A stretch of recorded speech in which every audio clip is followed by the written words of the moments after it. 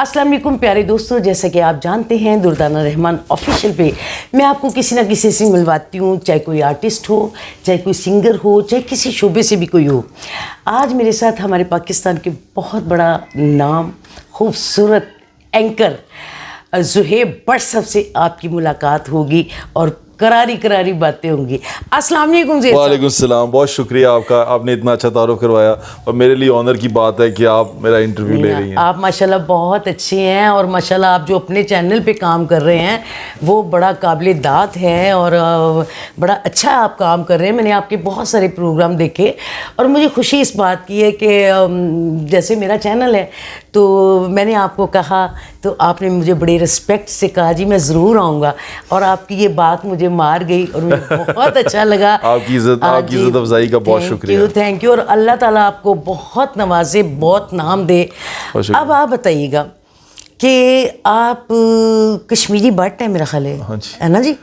तो ये जो भट्ट होते हैं ये मतलब ये आप एंकरी में कैसे आए?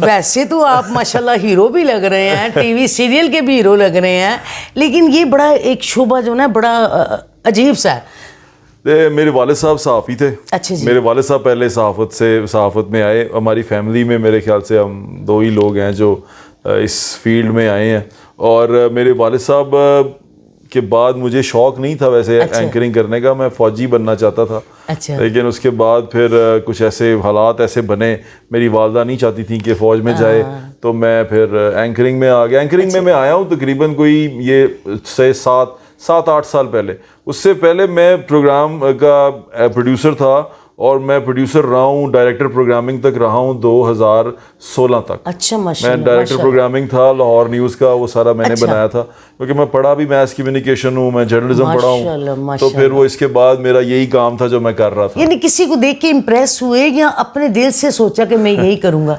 होता ना बाज़ दफ़ा किसी को देख के बंदा जैसे किस्मत की बात होती है, अल्लाह ताला रास्ता दिखाता गया, हम उस रास्ते पे चलते गए और यहाँ तक आ गए। अल्लाह ताला ने बड़ी इज़्ज़त दी है, मेरे माँ बाप की दुआएं हैं कि बड़ा अल्लाह ताला ने अच्छा नाम दिया है, तो मैं उस पर बड़ा राज़ी हूँ, अल्लाह ताला से बड़ा शुक्र अदा करता हूँ इस बात पे। कहाँ पैदा हुए? मैं जी लाहौर में पैदा हुआ, अंदरून शहर में। अच्छा जी। और हाँ जी, मेरी वालदा साहिवाल की हैं, लेकिन मैं अंदरून शहर से हूँ। अच्छा। और मैं वहीं पैदा हुआ और वहीं मेरी जम पल वहीं की, और अभी भी वहीं पे रहते हैं। मतलब प्यार है आपको अपनी उस जगह से, अंदरून? हाँ जी, मेरा तो मतलब ऐसे मैं लोगों को कहता हूँ कि अगर आपने लाहौर देखना है तो मुझसे मिल लें। वाह वाह। तो मुझे ऐसा लगता है कि मैं ही लाहौर हूँ। तो अच्छा। ये अल्लाह की मेहरबानी है जी कि रिवायात और आपकी इज़्ज़त करना, रिश्ते, ये तमाम चीज़ें हमारे अंदर मौजूद हैं और ये इन्हीं को लेके हम आगे चल रहे हैं, इन्हीं को लेके आगे चल रहे हैं। तो अल्लाह ताला की बड़ी मेहरबानी है। हाँ, तो ज़ुहैब साहब आपने ये जब एंकरिंग शुरू की तो कौन सा पहला प्रोग्राम किया जिससे आप खुद बड़े खुश हुए हो, लोगों ने बढ़िया आपको अप्रिशिएट किया हो? ये एक होता है कि स्टार्ट में जो बंदा काम करता है उसकी एक अलग खुशी होती है। जैसे 2017 में मैं ऑन स्क्रीन आया हूँ। अच्छा। लाहौर न्यूज़ का प्रोग्राम था बनाम तख्ते लाहौर। जी जी। इससे पहले मैं रिपोर्टिंग करता रहा हूँ एक्सप्रेस 24/7 में, वो इंग्लिश का चैनल था। अच्छा। वो इंग्लिश रिपोर्टिंग करता रहा हूँ अच्छा। मैं, लेकिन क्योंकि मेरा जो जर्नलिस्टिक बैकग्राउंड है, मैं इंग्लिश न्यूज़पेपर से हूँ, तो मैं वही काम करता हुआ आया था।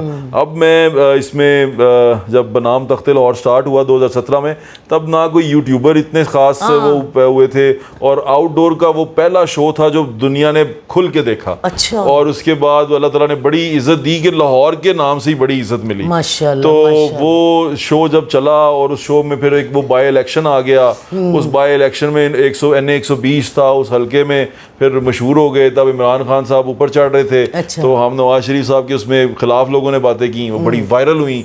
वो चलता गया काम, और फिर वो शो जो उनसे हैं बनाम तख्ते लाहौर का एक नाम बन गया। बड़ा नाम बन गया। तो उसके बाद फिर टीवी चैनल पे ही रहे, फिर मैं समा भी गया हूँ, नेशनल चैनल पे भी काम किया। अच्छा। लेकिन फिर वापस लाहौर आ गया, लेकिन अभी भी मैं 24 पे नेशनल पे शो पे करता हूँ, चैनल पे करता हूँ। शो बिजनेस का भी कर रहे हैं? एक दो आर्टिस्टों के इंटरव्यू आपके देखे थे।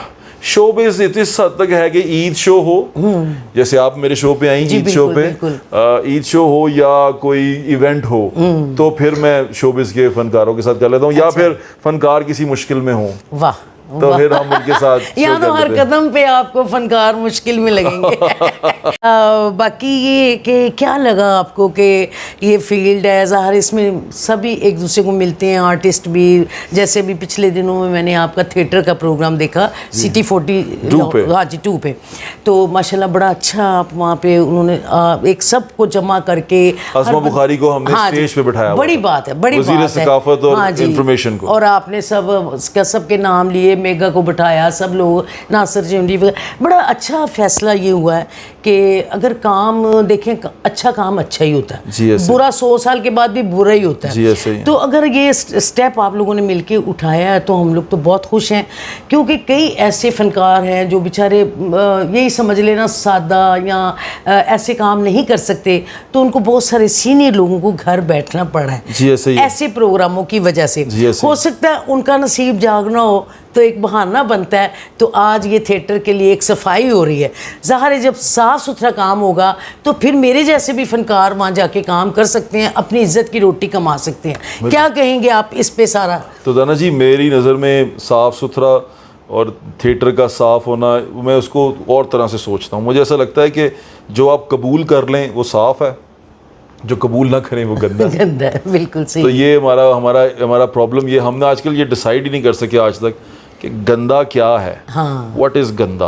वो हर साफ़ चीज़ को भी गंदा कर देते हैं, हर गंदी चीज़ को साफ़ कर देते हैं। वो हमारे अपने मेयार हैं, इसके ऊपर हमने हर चीज़ को तोलना होता है। तो मेरे ख्याल में थिएटर पे गंदा और अच्छे की बहस से ज़्यादा क्वालिटी वर्क पे बहस होनी चाहिए कि क्वालिटी वर्क कौन दे रहा है और कौन अच्छा क्वालिटी ड्रामा करे। और देखें, अगर अच्छे ड्रामे, इससे पहले भी बहुत ड्रामे अच्छे थे, मैंने भी बहुत ड्रामों में काम किया, जैसे जन्म जन्म की मैली चादर में मैंने काम किया, उतरते ही नहीं थे ड्रामे, पाँव का जेवर, सुहेल अहमद साहब के साथ, सखी सरवर साहब के साथ। और उन ड्रामों में हम लोगों ने, दीबा बेगम ने माशाल्लाह हमारी बहुत सीनियर आर्टिस्ट हैं और बड़ी खुददार आर्टिस्ट हैं, तो उन्होंने भी जन्म जन्म मैली चादर में काम किया। चिकोरी बेगम थी, डेथ हो गई, अल्लाह उन्हें जन्नतों में जगह दे। उन्होंने, यानी सालों हमने ये ड्रामे किए हैं। तो आप यकीन करें, शाम को जाते थे, इतना साफ़ सुथरा माहौल, इतनी साफ़ सुथरी एक्टिंग कि आप डायलॉग बोलें तो लोगों को भी मज़ा आए, आपको उसी वक्त क्लैप, तो एक बंदे का दिल खुश होता था।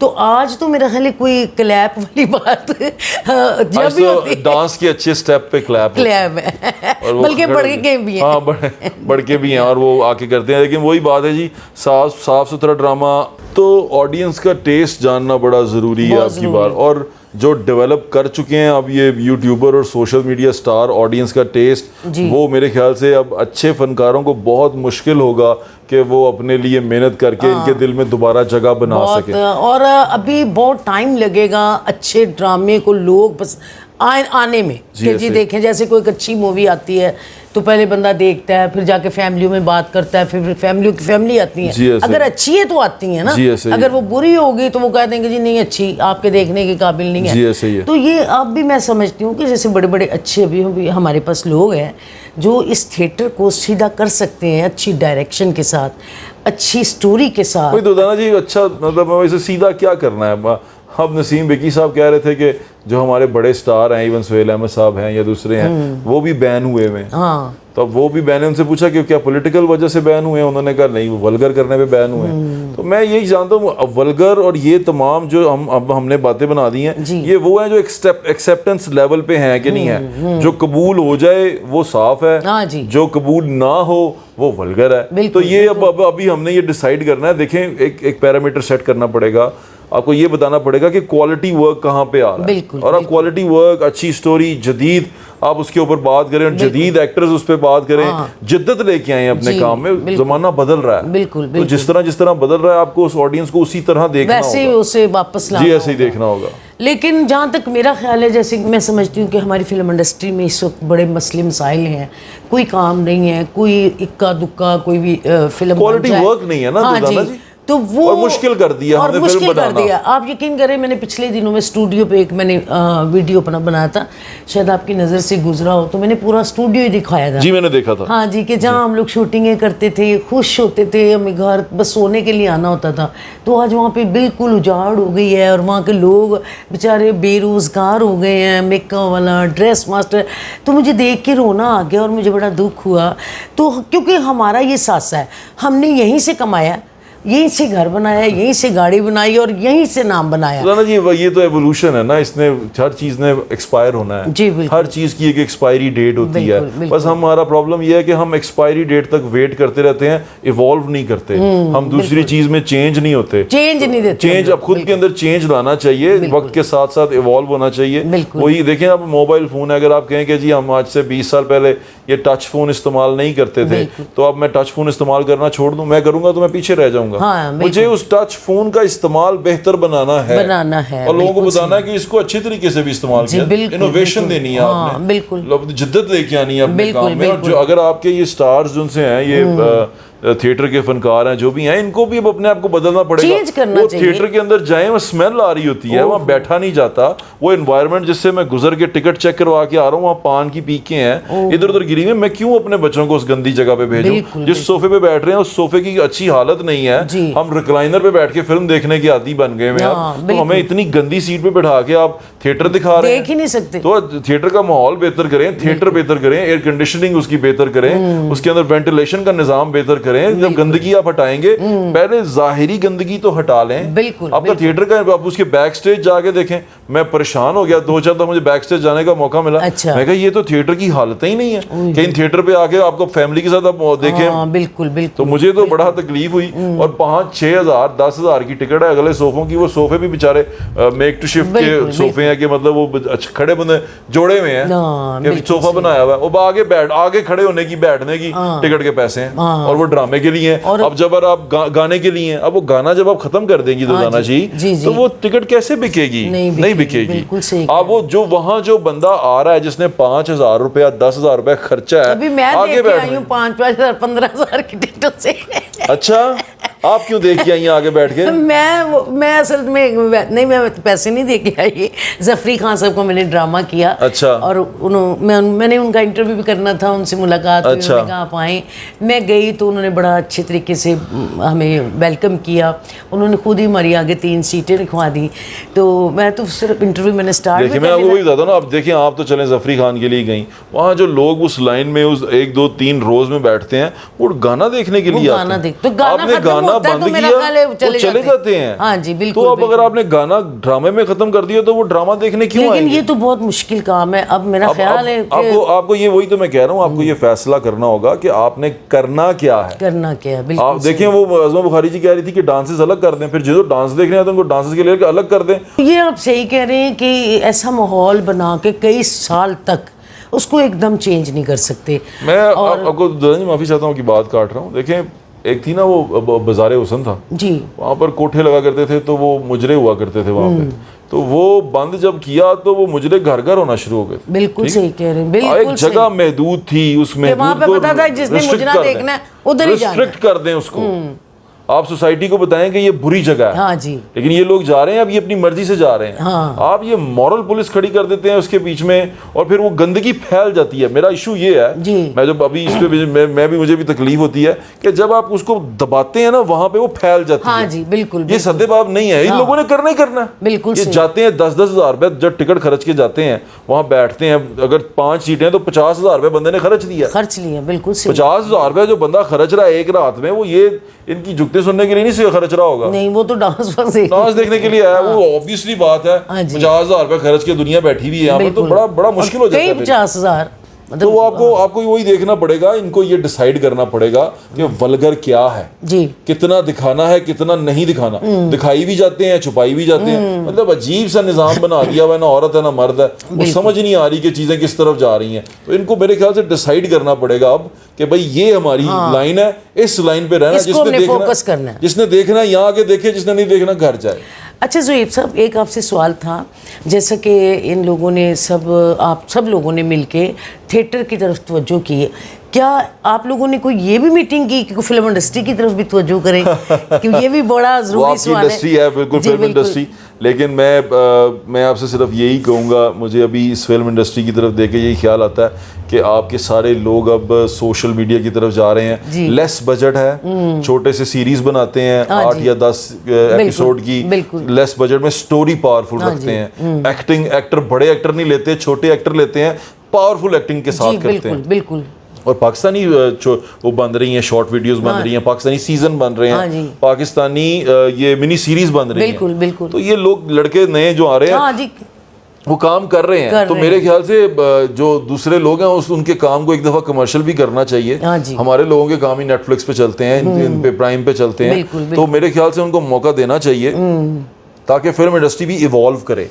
अब वो 35 mm से निकल के आप रेड पे या फोन पे जा चुके हैं, तो आपको वो चीजें हटानी पड़ेंगी। आपको इन चीजों की तरफ आना पड़ेगा कि आप जो जदीद होंगे, खुद को जिद्दत देंगे, लोग आके देखेंगे। आगे आने वाली नस्ल पुरानी चीजें नहीं देखना चाहती। जैसे न्यू जनरेशन तो आजकल कराची में भी जितना काम हो रहा है, आप देखिए उन्होंने अपनी सारी टेक्निक के साथ करते हैं, तो हमारी फिल्म इंडस्ट्री में भी मैं तो समझती हूँ। और जो आपके मदाह थे ना, जो आपके लोग थे, वो बूढ़े हो चुके हैं, जा चुके हैं। नहीं, आप माशाल्लाह जवान हैं, आपको नहीं कहा मैंने, आप तो भी यंग हैं, लेकिन जो मदाह थे वो जा चुके हैं। बिल्कुल नहीं, कहीं जिंदा भी घर चले गए। क्योंकि ये जो मेरा YouTube चैनल देखते हैं ना लोग, वो फिर जब मुझे बताते हैं हमने आपकी वीडियो देखी, आपका टिकटॉक देखा, आप बड़ी अच्छी लग रही थी, तो मैं भी खुश हो जाती हूँ। आपका टिकटॉक तो अच्छा चलता है। हाँ जी, माशाल्लाह मिलियन पे चला गया मेरा टिकटॉक। और YouTube चैनल तो आपको पता है फिर आहिस्ता आहिस्ता ही है, लेकिन मेरी बेहद मेहनत है, कोशिश है कि मैं चाहती हूँ कि मैं फारग ना बैठूँ, क्योंकि जब इंसान फारग बैठता है ना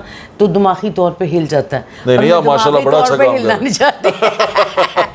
अच्छा ये बताएं कि आप रोमांटिक हैं कि सख्त किस्म के बंदे हैं? अच्छा, रोमांटिक। वैसे मुझे आपके चेहरे से तो नहीं लगता कि आप रोमांटिक होंगे। क्योंकि आपकी एक दहशत है, यूं करके एक दफ़ा बंदा हिल जाता है। नहीं, मैं आपकी आवाज़ भी बड़ी कड़कदार, हेलो। मैं इसका क्या जवाब दूं, मतलब रोमांटिक जैसे हैं। हाँ, तकरीबन हूँ। ठीक है, तकरीबन। तो क्या किसी टीवी सीरियल में काम करने का शौक है, या कभी मुझे किसी ने मौका नहीं दिया। अच्छा। हाँ, अगर देंगे तो मैं जरूर कर लूँगा। अच्छा, अगर आपको मौका मिलेगा तो आप करेंगे? मैं जरूर करूँगा। ये मेरा आपका प्रॉमिस हो गया। मैं सीरियल में आपको कैश करूँगी। जी जरूर जरूर जरूर। नहीं, आपका हीरो फेस है माशाल्लाह, और आवाज़ तो माशाल्लाह आपकी बहुत अच्छी है, और बाकायदा फिल्मी और वो टीवी की आवाज़ है। तो और आप कुछ बताएं अपनी ज़िंदगी के बारे में। ज़िंदगी में कब कहाँ कोई ऐसा हादसा आया जिसकी वजह से आप बहुत डिप्रेशन में चले गए हो?